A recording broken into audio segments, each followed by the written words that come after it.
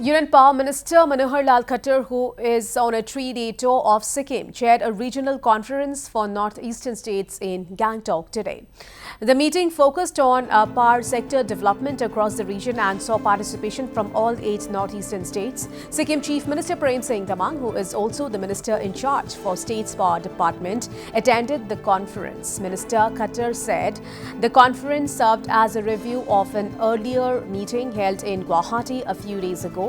He emphasized that the Northeast holds immense potential for power development and discussions were aimed at accelerating growth in the sector. इस बार की regional conference north east के जो reason हैं including Sikkim हमने आज यहाँ गैंगटॉक में किया है। तो पावर डिपार्टमेंट से जुड़े सब विषय जो भी रनिंग इश्यूज होते हैं उन सब के ऊपर हम चर्चा करते हैं, चाहे उसमें जनरेशन है, जनरेशन में विशेष तौर पर हाइड्रो पावर के जनरेशन, क्योंकि सिक्किम हो अरुणाचल हो बहुत बड़ा स्कोप है हाइड्रो पावर जनरेशन का। फिर साथ ही ट्रांसमिशन की लाइंस किस प्रकार से ठीक से उसको प्रबंध किया जाए, क्योंकि जनरेशन और के बाद ट्रांसमिशन नहीं होगा तो it will be difficult to fetch the power to consumer.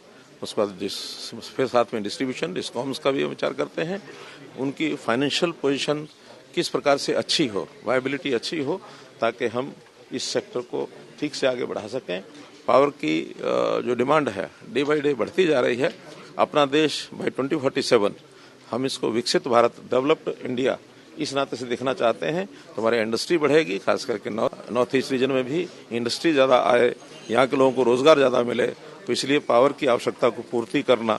और ये रीजन मैंने बताया कि पावर की रीजन की जो आवश्यकता है अपनी यहाँ की तो करेंगे ही, देश के बाकी प्रदेशों की भी आवश्यकता की पूर्ति करेंगे।